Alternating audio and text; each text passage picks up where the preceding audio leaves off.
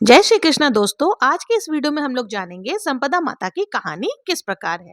एक नल राजा था, उसके दमयंती नाम की रानी थी। एक दिन महल के नीचे एक बुढ़िया आई जो संपदा माता का डोरा बांट रही थी और कहानी सुना रही थी। वहां पर बहुत भीड़ हो रखी थी, सब औरतें डोरा ले रही थी। रानी ने ऊपर से देखा और दासी को बोली कि नीचे देखकर आ, किस चीज की भीड़ हो रही है। तो वो देख कर के आई और बोली कि एक बुढ़िया संपदा का डोरा बांट रही है जिससे धन लक्ष्मी बढ़ती है। वो डोरा कच्चे सूत की 16 तार की 16 गांठ देकर और हल्दी के रंग में रंगकर पूजा करके 16 नए जौ के आंखें हाथ में लेकर संपदा माता की कहानी सुनकर गले में बांधे। तब रानी ने भी डोरे की पूजा करके अपने हार में बांध लिया। जब राजा बाहर से आया तो डोरा देखकर बोला कि रानी, आज हार में क्या बांध रखा है। तो रानी बोली कि यह संपदा माता का डोरा है, इससे धन लक्ष्मी बढ़ती है। तो राजा बोला कि अपने पास तो बहुत धन है, और कहकर राजा ने डोरा को फेंक दिया। उसी रात को स्वप्न में संपदा माता बोली कि राजा, मैं तो संपदा हूँ, इसलिए जा रही हूँ, तेरा धन कोयला हो जाएगा। सुबह उठकर जब राजा ने देखा तो सारा धन कोयला हो गया था। तब राजा बोला कि रानी, हम यहाँ पर एक ब्राह्मणी की लड़की को छोड़ देंगे जो रोज यहाँ पर दिया जला दिया करेगी, पानी भरेगी, घर में झाड़ू करेगी और घर में बैठी रहेगी, और हम दूसरे गाँव जा करके रहेंगे। जब वो तालाब पर पहुंचे तो राजा ने वहां पर 2 तीतर रानी को लाकर दिया और बोला, तू इन्हें भून कर रख, मैं अभी नहाकर आता हूँ। रानी ने तीतर भून लिए। तब दोनों खाने बैठे तो तीतर उड़ गए। तो राजा रानी अपनी बहन के यहाँ पहुंच गए।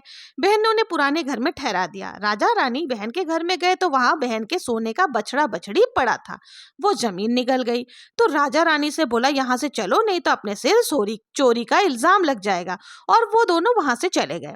वहां से राजा अपने दोस्त के घर गए। उन्हें राजा के दोस्त ने पुराने महल में ठहरा दिया। वहां पर गए तो वहां 1.25 करोड़ का हार खूंटी पर टंगा हुआ था।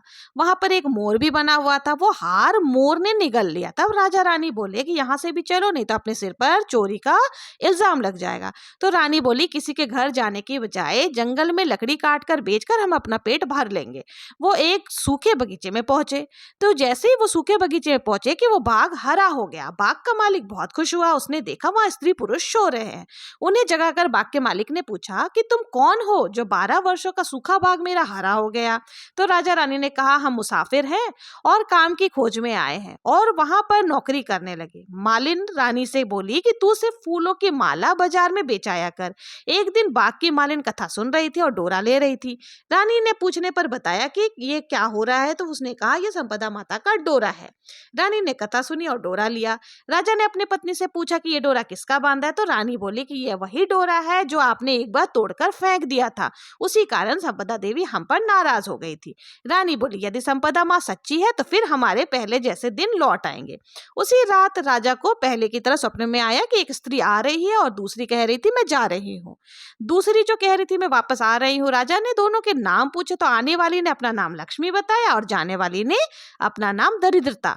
तो राजा ने पूछा कि मुझे कैसे पता चलेगा। तब संपदा माता बोली कि जब सुबह कुएं से जल भरने जाएगा तो पहली बार में जौ निकलेंगे, दूसरी बार में हल्दी की गांठ और तीसरी बार में कच्चा सूत निकलेगा। संपदा माता ने उन्हें खूब सारा धन दिया। फिर राजा रानी से बोले कि अब हम हमारे 12 वर्ष पूरे हो गए हैं और हमारे अच्छे दिन आ गए हैं, इसलिए हम अपने घर जा रहे हैं। तब मालिन ने उनसे बहुत सा धन देकर के विदा किया।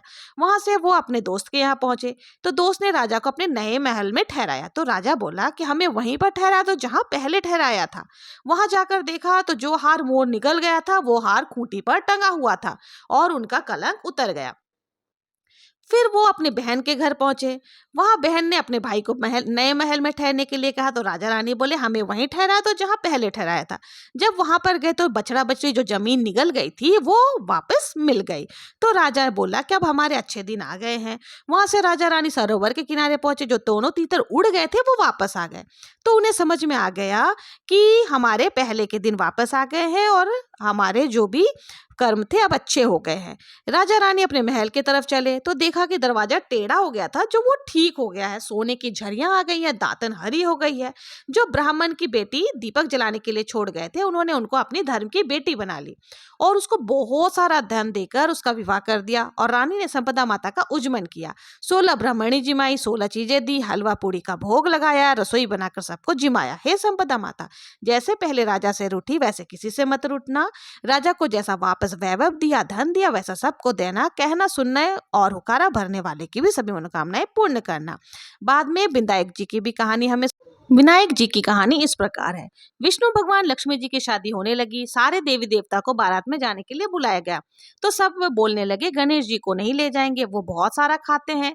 दून दुछालिया सूंड सुंडालिया, उखल से पांव छाजले से कान, मोटा मस्तक वाले हैं, इनको साथ लेकर जाकर क्या करेंगे, यही रखवाली के लिए छोड़ जाते हैं। और सब बारात में चले गए। नारद जी ने गणेश जी को भड़का दिया कि आपका बड़ा अपमान किया है, बारात बुरी लगती इस कारण आपको नहीं ले गए। अब तो गणेश जी को क्रोध आया और उन्होंने चूहों को आज्ञा दी कि सारी जमीन को थोती कर दो। धरती थोती होने से भगवान के रथ के पहिए धंस गए, सब पच गए पर पहिए वापस नहीं निकले। खाती को बुलाया गया तो उसने पहले पहिए के हाथ लगाकर बोला जय गजानंदी, और रथ निकल गया। सब पूछने लगे गणेश जी को क्यों याद किया। खाती बोला गणेश जी को सुमरे बिना कोई काम सिद्ध नहीं होता। सब सोचने लगे कि हम तो गणेश जी को घर पर ही छोड़ आए हैं।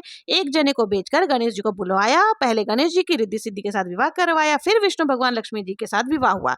हे विनायक जी महाराज, जैसे भगवान का काम सिद्ध किया वैसे ही सबका काम सिद्ध करना। जय विनायक जी महाराज की जय। आशा है आपको मेरा वीडियो पसंद आया होगा और आपको संपदा माता की कहानी और विनायक जी की कहानी अच्छे से समझ आ गई होगी। अगर मेरा वीडियो पसंद आया हो तो please like share and subscribe जरूर करें।